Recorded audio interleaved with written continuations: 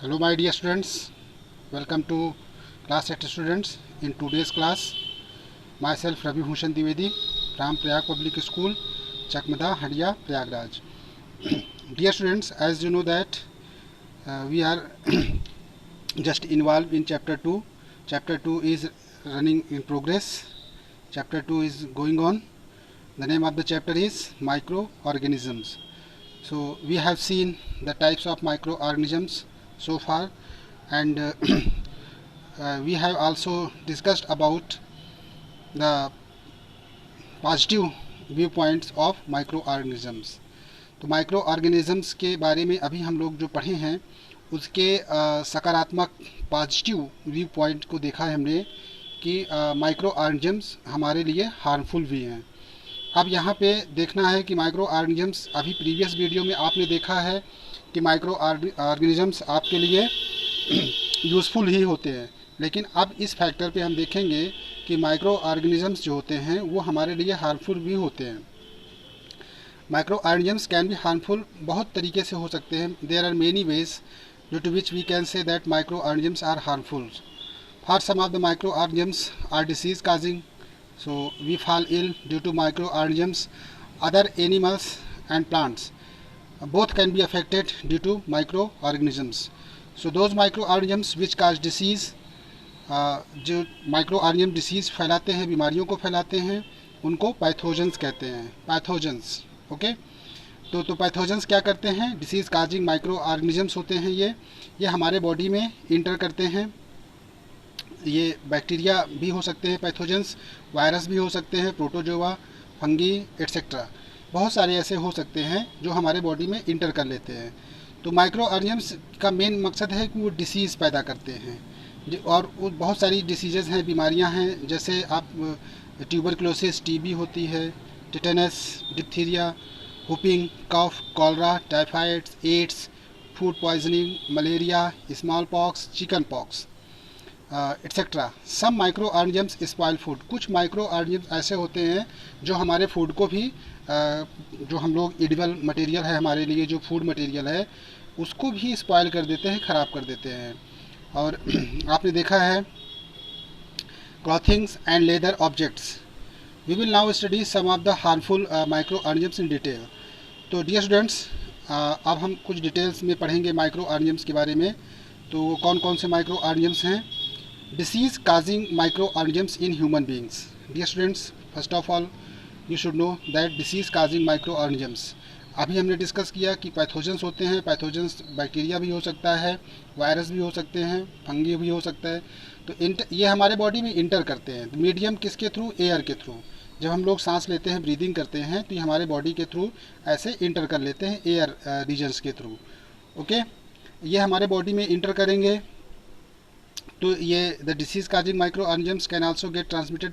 ये direct contact with an infected person, यानी एक पर्सन अगर ऑलरेडी अफेक्टेड है with any kinds of diseases that is communicable. It means he can transmit the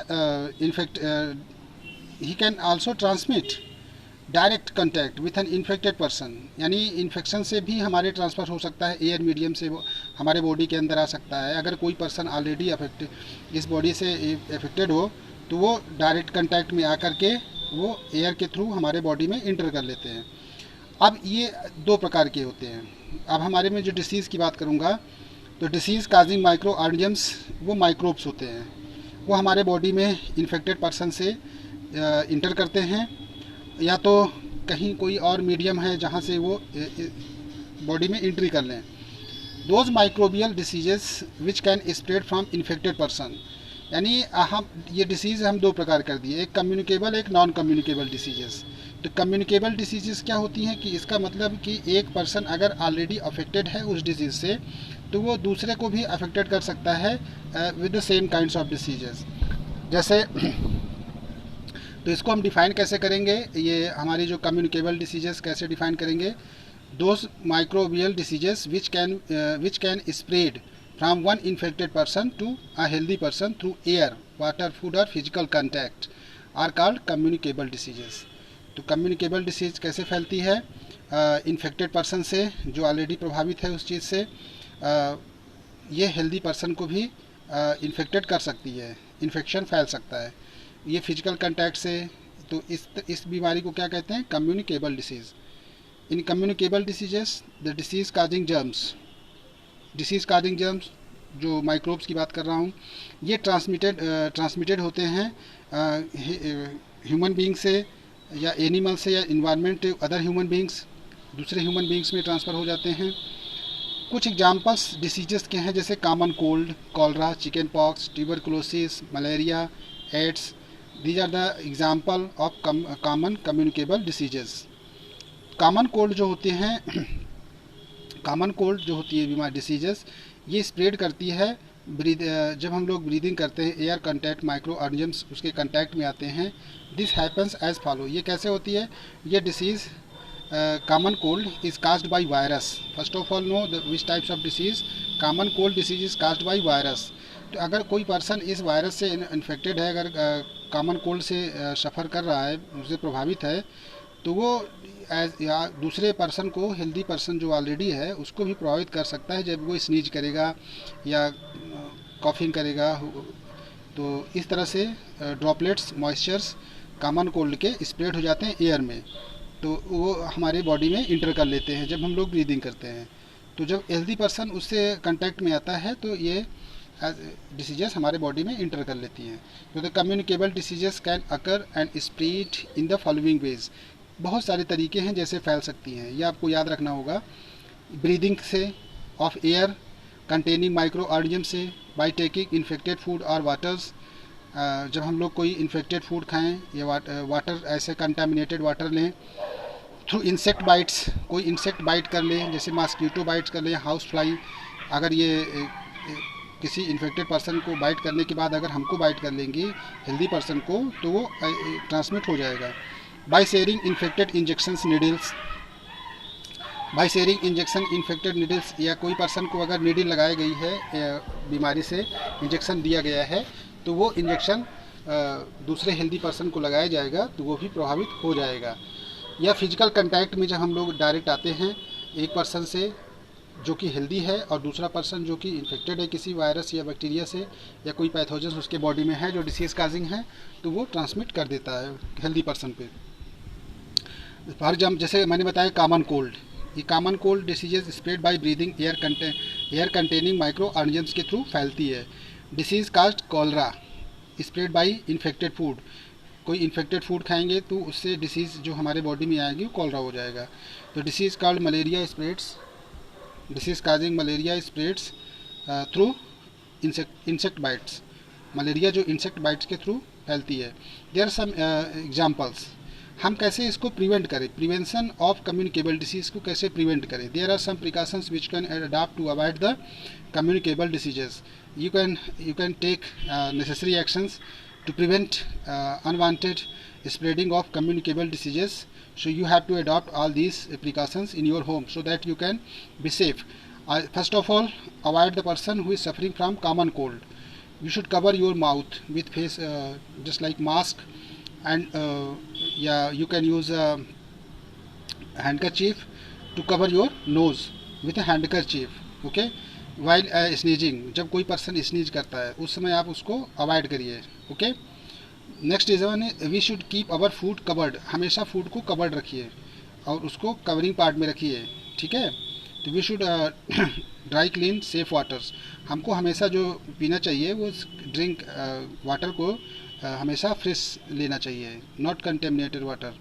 जमा हुआ पानी कभी भी यूज ना करें। We should protect our self from mosquito bites, mosquito bites से प्रोटेक्शन के लिए भी नेट्स वगैरह यूज करना चाहिए। Okay. Putting fine wire mesh या डोर्स विंडोज़ सब क्लोज करना चाहिए। बाय यूजिंग मॉस्किटो रिपेलेंट, बहुत सारे आते हैं मॉस्किटो को भगाने के लिए devices, you can use that. We should make sure that only disposal of syringe and needles are used for giving some injections. जो इंजेक्शन लगाते समय क्या करना चाहिए, हमेशा एक fresh disposal syringe and needle are used for giving us injection. Disposal युक्त use करना चाहिए, one time use and it should not be used again. We should avoid physical contact, physical contact को अवॉइड करना चाहिए किसी भी infected person के direct contact में नहीं आना चाहिए। और नॉट यूज़ हिज टॉवल, और उसके यूज किए हुए बहुत सारे टॉवल्स, क्लॉथेस या बेड क्लॉथ यूटेंसिल यूज़ नहीं करना चाहिए, या यूज करते समय उसको अच्छे से वॉश कर लेना चाहिए। Clean separately soap and hot water. Some of the disease cause can be prevented by vaccination at proper time. अब यहाँ पे देखो कुछ कैरियर्स हैं जो डिसीज़ काजिंग माइक्रो ऑर्गेनिजम्स हैं, कुछ कैरियर्स जो बहुत इंपॉर्टेंट रोल निभाते हैं डिसीज़ को स्प्रेड करने में। इसमें सबसे ज़्यादा इंपॉर्टेंट रोल है हाउस फ्लाई का और मॉस्किटो का। हाउस फ्लाई और मॉस्किटो, तो हाउस फ्लाई और मॉस्किटो कैसे स्प्रेड करते हैं? Role of housefly in spreading disease. You can see how housefly, here is a garbage, okay, garbage, there are some house flies which are flying there, you can see there in the picture। अब यहाँ देखो ये garbage में बैठी है क्योंकि अपना breeding और यहीं पे देती है, यहीं पे रहती है। तो ये मॉस्किटो क्या करती है? फ्लाई करती है, क्योंकि इसमें बहुत सारे हेयर होते हैं। You can see the here in mosquito में, ये हाउस फ्लाई में बहुत सारे हेयर होते हैं, ओके। तो हेयर में क्या होता है कि बहुत सारे बैक्टीरिया और जर्म्स जो होते हैं गार्बेज में, गार्बेज हीप में जो ढेर है इसका हीप का, यहाँ पे बहुत सारे बैक्टीरिया उसके हेयर में फंस जाते हैं। फिर ये जब हमारा अनकवर्ड फूड होता है उस पर जाकर के अगर बैठेंगी तो ये ट्रांसमिट कर सकती हैं ऐसे बैक्टीरिया, और जब हम इसको ईट करेंगे, खाएंगे, तो ये हम उस इन्फेक्शन से प्रभावित हो सकते हैं। तो इसलिए अनकवर्ड फूड को नहीं ज़्यादा लेना चाहिए। We should avoid the uncovered food या प्रोटेक्ट द फूड प्रॉपरली। तो prevention of disease spread by housefly हमेशा वही प्रिवेंशन होगा। We should not leave household garbage here and there. जो हम लोग गार्बेज फेंक देते हैं उसको हमेशा डस्टबिन में डालना चाहिए, उसको कवर करना चाहिए। This will prevent the house fly from breeding. वो ब्रीडिंग नहीं कर पाएगी उस पर, ठीक है। ब्रीडिंग मतलब मल्टीप्लिकेशंस, यानी एक हाउस फ्लाई बहुत सारी हाउस फ्लाई में ब्रीड कर लेती है, एग दे देती है वहाँ पे, अंडे। The food should always be kept covered. Food को हमेशा कवर्ड होना चाहिए। तो these are the precautions which you can adopt to avoid the spreading of diseases. Role of mosquito, mosquito का भी रोल वही है। The common disease spread by mosquito का मलेरिया होता है। Actually it is the female anopheles mosquito होती है, जो फीमेल मॉस्किटो एनोफिलीज मॉस्किटो वही क्या करती है? Carriers the parasite of malaria, malaria के पैरासाइट को ट्रांसमिट करती है। तो the malaria parasite call the, ये मलेरिया पैरासाइट आपके बॉडी में इंटर कर देती है, ओके। तो we have seen the all types of preventions methods which I have discussed here. Dear students, you should try to go through the book in detail, and you can adopt some precautions which are given there. Thank you students for watching this video. At the last, homework has been given to you which you can copy from the blackboard. Wait for that. You have to take a screenshot. You can also click the screenshot also, and you have to do the proper homework in time. Thank you students.